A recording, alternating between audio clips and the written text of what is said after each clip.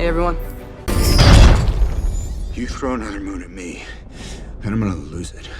Stark. You know me? I do. You're not the only one cursed with knowledge. Hey guys, welcome to Obscure MCU. In this episode I'll be covering one of the many Iron Man suits in the Infinity Saga. This is the Mark 50.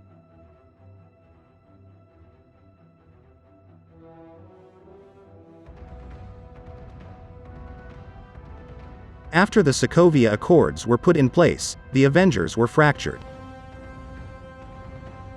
And now with a much smaller team. That did not change Tony's true intention of safeguarding the Earth from potential alien threats. We're the Avengers. We can bust arms dealers all the livelong day, but that up there, that's the end game.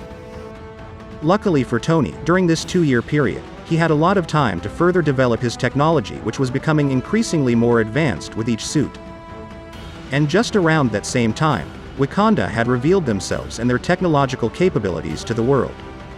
In the canon tie-in book, The Wakanda Files, we see that Stark Industries reached out personally, and Tony shared and traded information regarding nanotechnology with them. Thus, the Mark 50 was born. The Mark 50 is by far the most advanced suit than any of his preceding armors, as it utilizes nanotechnology not only for the basis of the armor itself but also to generate and spawn weapons, tools, flight accessories, and a wide array of other utilities. The Mark 50 has a vastly different design than the standard suits. It's much sleeker and more fluid than the previous armors, and there is less segmentation in the suit overall. That is due to the suit's armor layer being one solid piece. The suit also has 16 micro-RTs throughout the surface, providing additional power besides the main arc reactor. While inactive, parts of the nanotech armor can act as glasses for the operator, paired to the heads-up display and linked to the onboard AI model, Friday. Friday, evac anyone south of 43rd Street, notify first responders. The armor does not rely on exoskeleton unlike previous designs, instead relying on nanomuscles as its base layer. The armor's composition consists of gold titanium nanoparticles.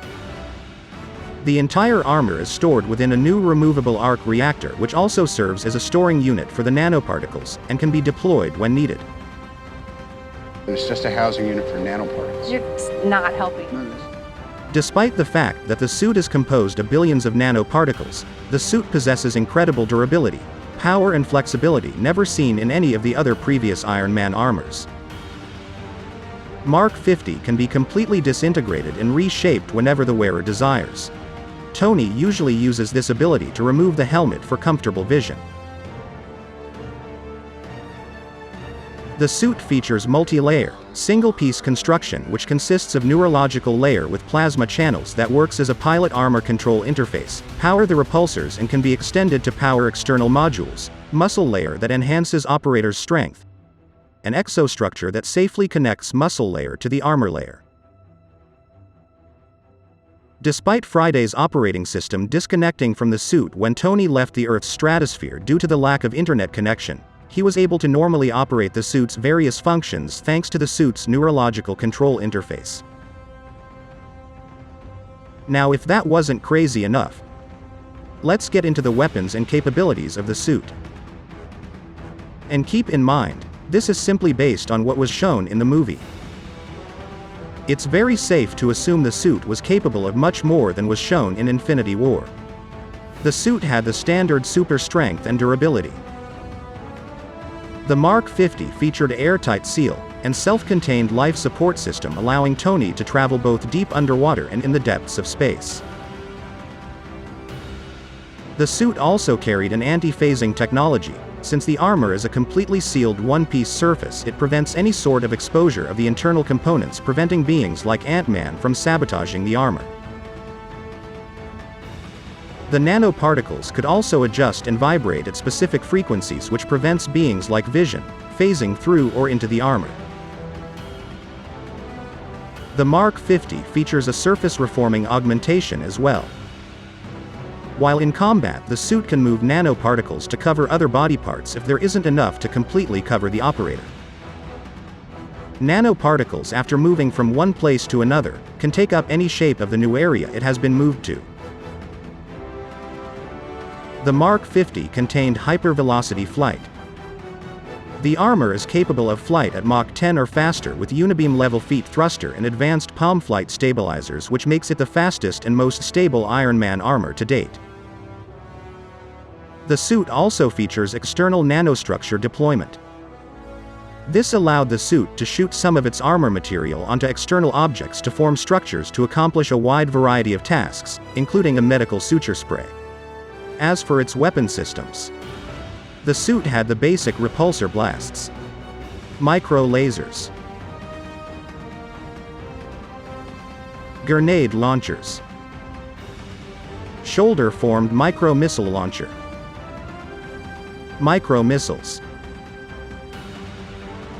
2 liquid nitrogen zero cannons, and could form weapons like repulsor cannons, energy displacer cannons, nano handblades, a nano katar, battering rams, energy mallets, foot clamps, automatic energy blasters, and finally, nano shields.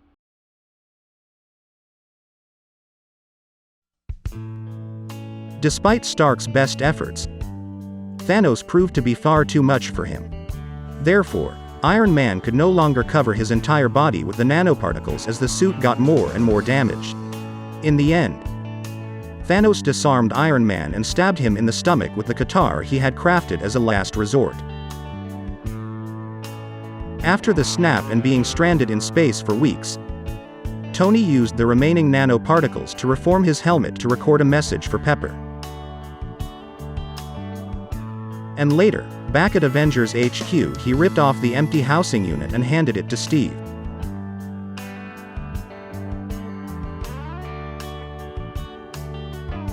Five years later, Tony would return to the team, donning the Mark 85, which appeared to have many of the same features as the Mark 50, but that's a video for another day.